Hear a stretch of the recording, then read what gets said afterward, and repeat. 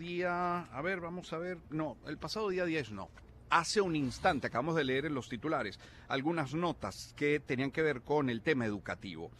Y en ese sentido, habría que hacer la reflexión de que hemos sido testigos ustedes y nosotros de cómo se ha deteriorado la situación de las universidades en Venezuela, en el país. Basta con asomarse, hágalo usted como ejercicio, si vive en Caracas, con asomarse a la entrada de la Universidad Simón Bolívar, solo asomarse, o sea, ni siquiera tiene que entrar para palpar. Es un deterioro que es evidente, un descuido en el que está al menos la entrada de la universidad. Universidad que, por cierto, tiene acceso bloqueado a quienes, no siendo parte de la comunidad, quieren disfrutar a lo mejor de esos espacios para hacer deporte, para llevar a sus hijos. ¿Recuerda la Laguna de los Patos, por ejemplo? Bueno, el asunto es que con el paso del tiempo, autoridades universitarias y profesores y estudiantes han hablado en este y en otros muchos programas de bajos salarios, inexistencia de servicios de transporte o de comedores, por ejemplo, deterioro de la infraestructura, laboratorios desiertos, robos de aulas, deserción, que es un problema importantísimo. Bueno, estando en Anzoátegui queremos conocer la realidad universitaria en la zona y por eso dar la bienvenida a José Castellanos. Él es coordinador del núcleo de la Universidad Central de Venezuela en Barcelona, aquí en Anzoátegui, directivo regional del Sindicato Venezolano de Maestros de Anzoátegui en la Secretaría Académica y miembro de la Asociación de Profesores de la UCB en la seccional de la Facultad de Humanidades y Educación. Profesor Castellanos, bienvenido, ¿cómo está? Bueno, agradecido de corazón por este espacio que nos brindas hoy de hacer visible desde la región nuestra realidad y, por supuesto, la presencia de la Universidad Central de Venezuela acá en el estado de Anzoátegui. Agradecidos nosotros con usted y ya voy a presentar a nuestro otro invitado, pero recuerda años, profesor, justo cuando se declara la pandemia, ¿dónde estaba? Sí, justamente nosotros estábamos en un proceso de reuniones que se estaban dando en atención a lo que era la realidad también que tenía el núcleo.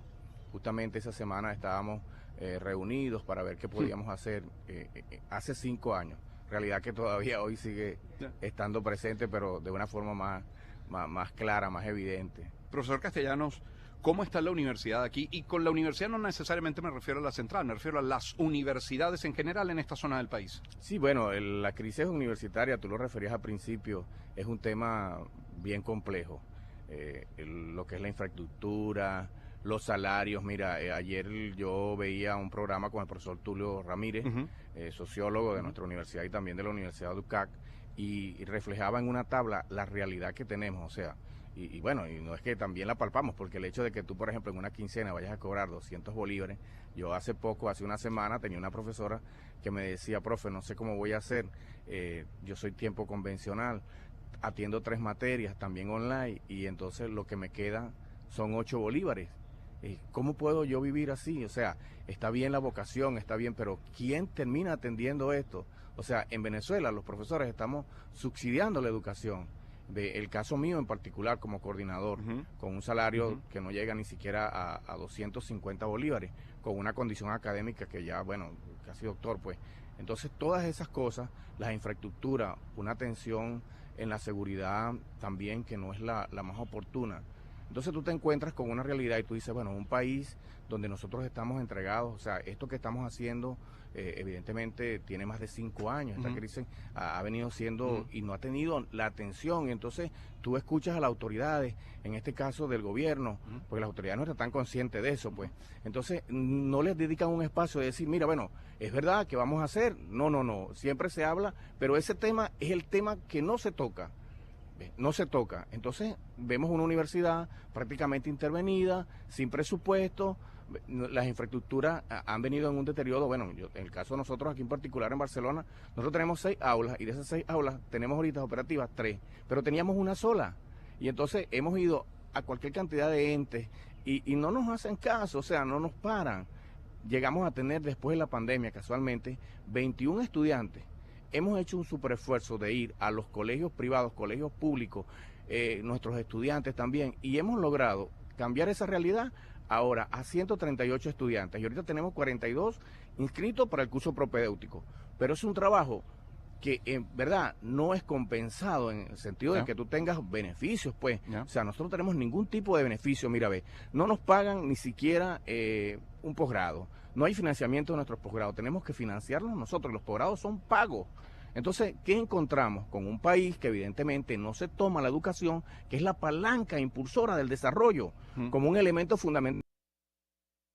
Que el gobierno se reúne, que dicta planes, se habla de los montos que reciben anualmente, y cuándo ese dinero se convierte en una realidad para los sueldos y los salarios, no solamente de los profesores, de los profesionales de medicina, salud, que son importantes, los empleados públicos. No puede ser que una persona esté cobrando 250 bolívares y no pueda mantener a su familia cuando el profesor tiene que tener una condición particular, emocional, para poder tener las competencias y dar las clases de una mejor forma. Pero no es así. Profesor. Y nadie termina de entender esto, y ellos tampoco terminan de entender eso. Vamos a sentarnos, vamos a hablar. Entonces, ese tema no se habla. Entonces, con las asociaciones de profesores, con las federaciones, en el caso de los maestros, nunca terminan de dar respuesta. ¿Qué vamos a seguir esperando? Son las 7:21 de la mañana. Profesor González, permítame incorporar en la conversación, le tenemos vía telefónica a Tirso García. Tirso García es matemático, es presidente de la Asociación de Profesores de la Universidad de Oriente. Profesor García, ¿cómo está? ¿Qué tal? ¿Cómo está?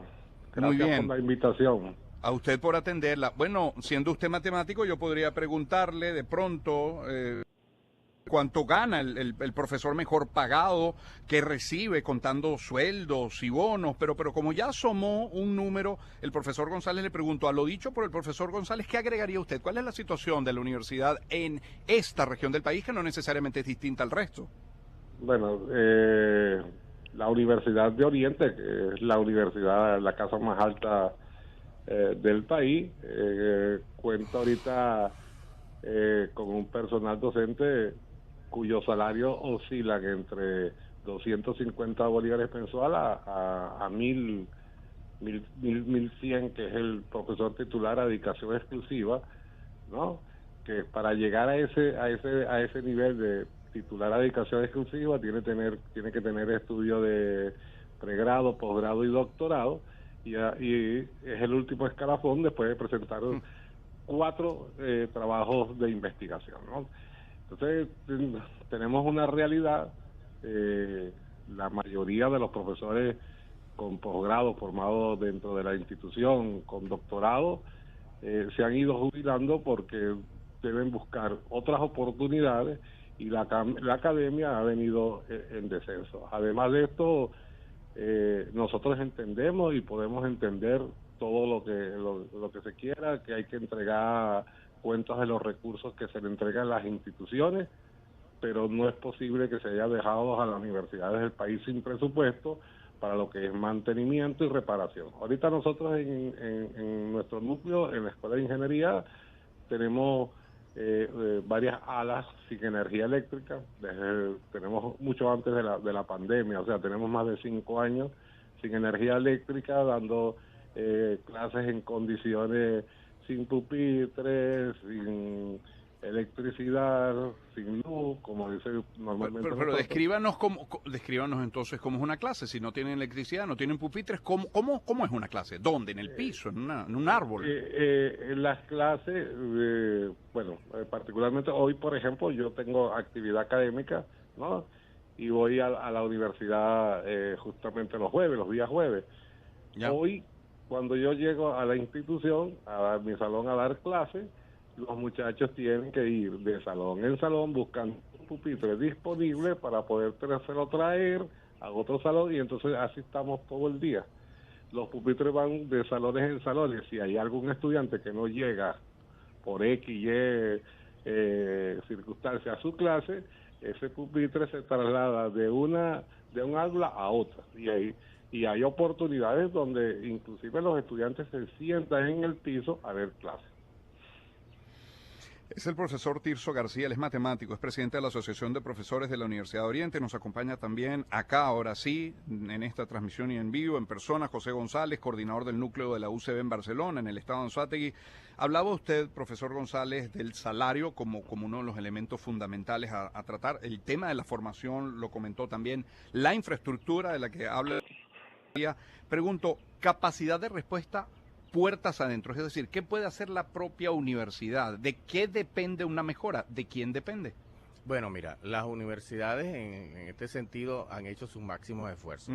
En el caso, por ejemplo, te pongo un caso muy particular de nuestras nuevas autoridades en la Universidad Central de Venezuela, el rector Víctor Rago, claro, nuestra vicerrectora académica, el profesor Balbino, nuestros decanos. Mira, ellos han tenido un sentido de pertenencia, inclusive que han visto a los estudios universitarios supervisados en las regiones, porque me permito decirte que nosotros no solamente estamos en el estado de Anzoátegui, estamos en Barquisimeto, estamos en Amazonas, por supuesto, y estamos... La situación no es muy distinta, me imagino. No, es tan compleja y tan difícil, ¿ves? Porque, por ejemplo... ¿Qué le comentan desde Amazonas, por ejemplo? Desde Amazonas, por ejemplo, hace 2 semanas estuvo la vicerrectora y las autoridades allá, y estuvieron haciendo acuerdos previos. Llegamos a tener ahorita 14 estudiantes de una población que en un momento, en su mejor momento, llegó a pasar de 264 estudiantes, y con una merma de profesores que pasaba de 12, ahorita tenemos solamente 3 profesores.